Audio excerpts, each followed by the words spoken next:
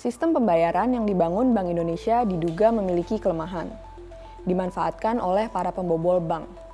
Saya Nabila Azahra dan inilah editorial Tempo.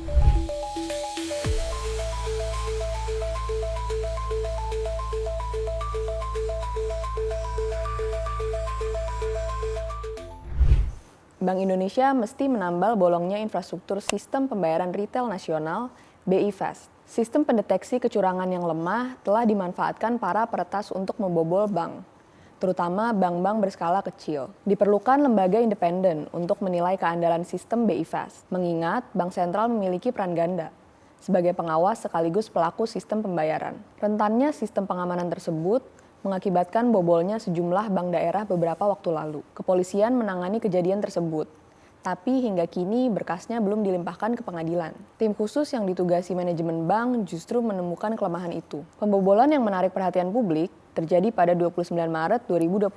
Peretas menyerang sistem pembayaran Bank Jakarta, yang saat itu masih bernama Bank DKI, melalui BI Fast. Serangan tersebut mengakibatkan transaksi anomali pada giro di Bank Negara Indonesia, yang dipakai sebagai rekening settlement layanan BI Fast. Transaksi anomali itu terjadi sebanyak 807 kali, dengan nilai mencapai 228,1 miliar rupiah. Seharusnya, jika ketika itu Bank DKI menerapkan sistem pendeteksi fraud yang mumpuni, jumlah transaksi yang tak wajar bisa dibendung. Bagian pengawasan baru mengaktifkan tombol darurat agar dana tidak keluar terlalu banyak, setelah menyadari saldo BI Fast mereka menurun drastis. Lalu, pada 22 Juni 2024, PT Bank Pembangunan Daerah Jawa Timur (TBK) atau Bank Jatim dikuras hingga merugi senilai 119,9 miliar rupiah. Kerugian terungkap setelah pencocokan data transaksi BI Fast menemukan 483 transaksi tidak wajar. Bahkan, nilai yang dibobol dalam skandal BI Fast fraud ini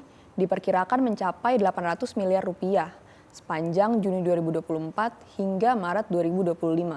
Sebenarnya, perbankan sudah diwajibkan memiliki sistem pengendalian internal berupa strategi anti-fraud. Kewajiban ini diatur dalam Peraturan Otoritas Jasa Keuangan Nomor 12 Tahun 2024. Namun, tidak semua bank punya kapasitas untuk menerapkan sistem keamanan yang canggih. Nilai investasi untuk keperluan ini cukup besar, sehingga tak semua bank mampu menyediakannya. Kelompok bank tersebut biasanya adalah bank pembangunan daerah.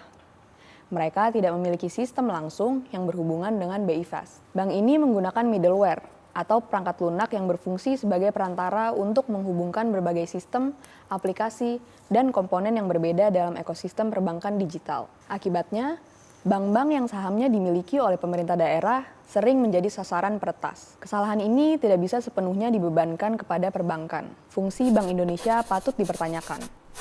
Sebagai pembuat dan penyelenggara BI Fast, Bank Sentral seharusnya berbenah. Peretasan yang terjadi berulang kali mesti dijadikan peringatan. Kasus-kasus tersebut menunjukkan ada yang bolong dalam sistem keamanannya. Kenyataannya, Bank Indonesia berperan ganda dalam hal ini. Selain penyelenggara, Bank Indonesia sekaligus menjadi pengawas BI Fast. Dualisme peran ini membuat Bank Indonesia tidak bisa berlaku objektif. Dalam hal ini, diperlukan pihak lain yang bisa menilai apakah Bank Indonesia sudah menerapkan sistem pendeteksi dan penangkal penggangsiran bank. Perbankan adalah bisnis kepercayaan. Penguatan sistem keamanan teknologi diperlukan untuk menjaga kepercayaan nasabah. Ingat kata praktisi keamanan digital Stefan Napo, butuh 20 tahun untuk membangun reputasi, tapi cukup beberapa menit insiden siber saja untuk menghancurkannya.